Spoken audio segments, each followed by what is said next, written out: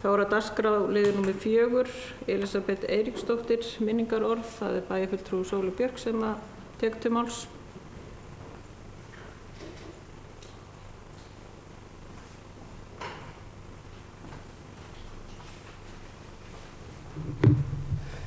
Forseti, ágætu bæjarfulltrúar.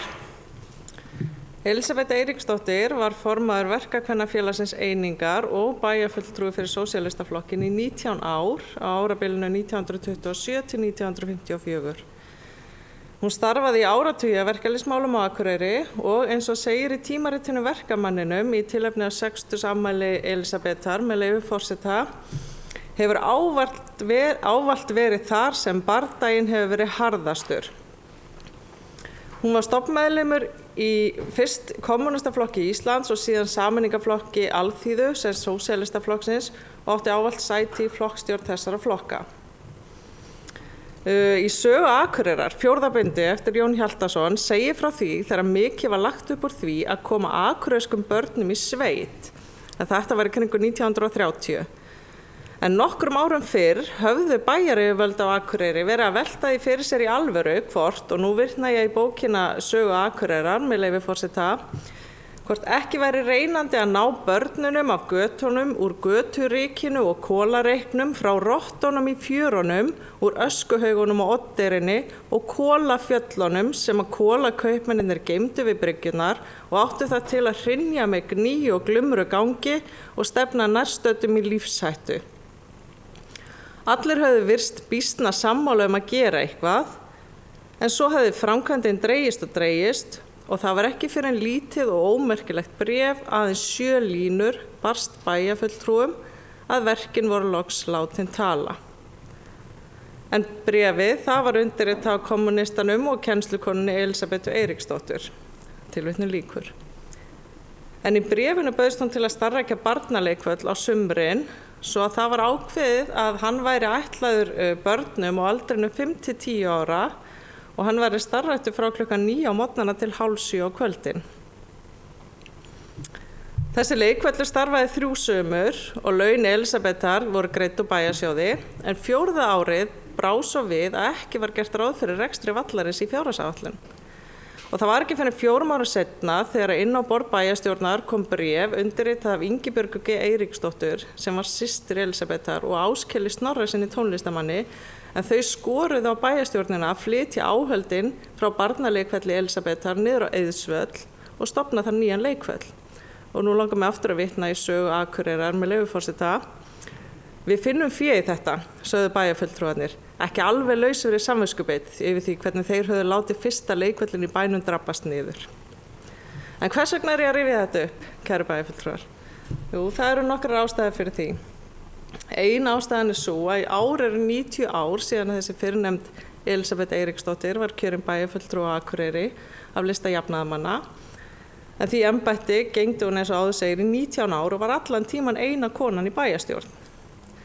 En hún var 3. konan sem náði kjöri til bæjarstjórnar á Akureyri, en svo fyrsta var Kristín Eggertsdóttir sem sat í bæjarstjórn á árunum 1911 til 1914. En á eftir henni kom Halldóra Bjarnadóttir sem var skólastjóri barnaskólans, en hún sat í bæjarstjórn á árunum 1921 til 23 og var kjörin á kvennalista.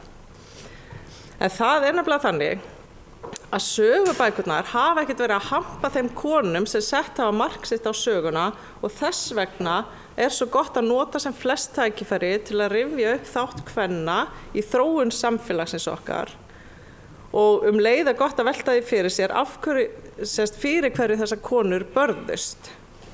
En við sjáum það í frásögninni úr Sögu Akureyrar að þrátt fyrir að kallarnir í bæjarstjórninni hafa verið búin að hugsa að þyrftu nú að fara að koma börnum í betri aðstæður á sumrin, það voru þeir ekki búin að gera neitt í því, það þurfti konu til.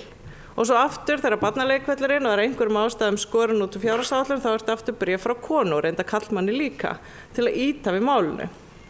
Það er nefnilega þannig að konur og menn hafa ólíkan reynsluheim og oft ólíka forgangsröðun og eins og við munum þegar kvennalistin ruddi sér til rúms þá voru það undir slagorðinu hið persónulega er pólitískt.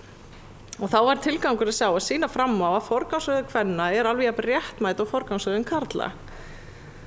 Og þetta bara var svona það sem ég vildi ræða hérna og minna á og því miður þá það bara ótrúlega vel við hæfi ennþá þó að við höfum auðvitað náð heilmiklum árangri í jafnréttisbaráttu og í svona þessum ofti kalla mjúkumálin að en samt í bæjarráðinu okkar hérna á Akureyri sitja 4 karlar og 2 konur og það reyndar alveg 2 sinnum betra heldur en bara fyrir örfáum mánuðum þegar þar sátu 5 karlar og 1 kona en það væri alveg örugglega langbest ef það væru jöfn kynjahlutföll. Ég vil bara svona nefna það. Og ég svona velti fyrir mér hvort að það sé þessi skekkja sem veldur því að áfram fussað yfir hugmyndum á borð við gjaldfrjálsan leikskóla eða brúa bil milli fæðingarorlofs og leikskóla.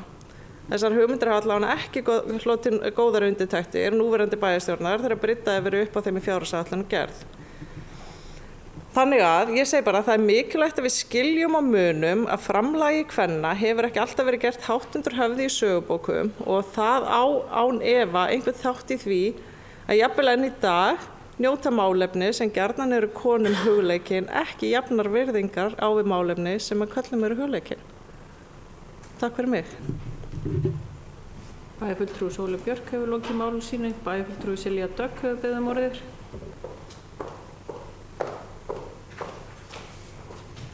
Forseti ágætu bæjarfulltrúa. Ég ætla að byrja að taka undir með bæjarfulltrúa Sóley mikilvægt þess að minnast þeirra kvenna sem undan okkur voru og ruddu brautina. Í raun gerði það kleift að ég stend hér í dag. Það var nefnilega ekki alltaf sjálfsagt að konur væri í bæjarstjórn og mín upplifun eftir að hafa setið hér hversu gríðarlega mikilvægt að hafa bæði kynin við stjórn. Við erum nefnilega svo gott teymi.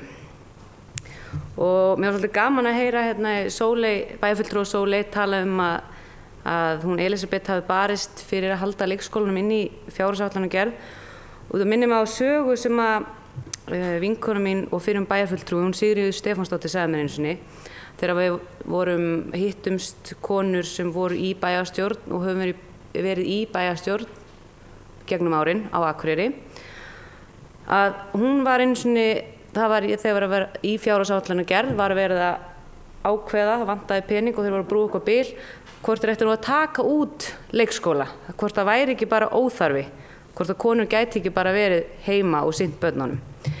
En hún sem sagt barðist fyrir þessu að halda þessu inni það árið og þeir sem voru með henni þá.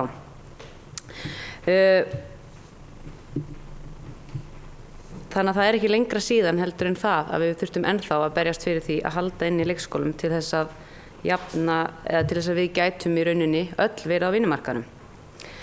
En svo datt mér líka aðra sögu í hug, það var góð kona sem var fyllt til grafar í gær, hún Aldís Lárusdóttir, en hún vann mikið fyrir kvennalistan á sínum tíma og var fyrst kona til að stofna líkamsræktin á Akureyri. Og þegar hún ætlaði að fara að taka lán, þá var það ekki leyfilegt að hún gæti tekið lán, heldur þurfti maðurinn hennar að gera það. Þannig að það svona ágætt að minnast á þessa hluti líka. En sem betur hefur þetta breyst og við getum verið þakklátt þeim sem voru hér undan okkur og börðust í jafnréttisbaráttu til þess að við, konur nútímans, gætum haft það betur og gætum haft val. En Elísabet var einmitt ein af þessum jöxlum en hennar áhugi voru bæjarmál og hún vildi hafa áhrif og gerði það. Hún var þriðja konan til að taka sæti í bæjarstjórnar í Akureyri eins og bæjarfulltrúi Sóley kom inn á áðan. Hún sat í bæjarstjórn fyrir Sósíalistaflokkinn frá árinu 1927 til 1954 og svo kona sem lengst hefur setið í bæjarstjórn. En Elísabet var fædd árið 1890 og lést 1971. Hún starfaði sem yfirhjúkrunarkona á sjúkrahúsi á Akureyri en stofnaði síðan smábarnaskóla sem bæjarfulltrúi Sóley kom inn á áðan. Og þar fengu margir akureyringar, sérstaklega frá fátækri heimilum, sína fyrstu fræðslu sem bara mjög flott. En helstu baráttumál Elísabetar í bæjarstjórn voru uppeldismál, barnavernd og framfærslumál. Frá því að Elísabet Eiríksdóttir lét af störfum sem bæjarfulltrúi árið 1954 átti engin kona sæti í bæjarstjórn fyrr en þær Ingibjörg Magnúsdóttir, yfirhjúkrunarkona af lista Sjálfstæðisflokk og Soffía Guðmundsdóttir, tónlistarkennari af lista Alþýðubandalagsins voru kjörnar árið 1970. Þetta var í fyrsta sinn sem fleiri en ein kona átti sæti í bæjarstjórn Akureyrar. Á sama tíma Ingibjörg satt í 1 kjörtímabil en Soffía átti sæti bæjarstjórnar í 3 kjörtímabil til ársins 1982 og var þó eina konan í 2 kjörtímabil. En Elísabet Eiríksdóttir, 3. konan sem sat í bæjarstjórn og hefur setið lengst allra kvenna, minnst hér í dag. Hún fyrirmynd. Bæjarfulltrúi Silja Dögg hefur lokið máli sínu, orðið laust.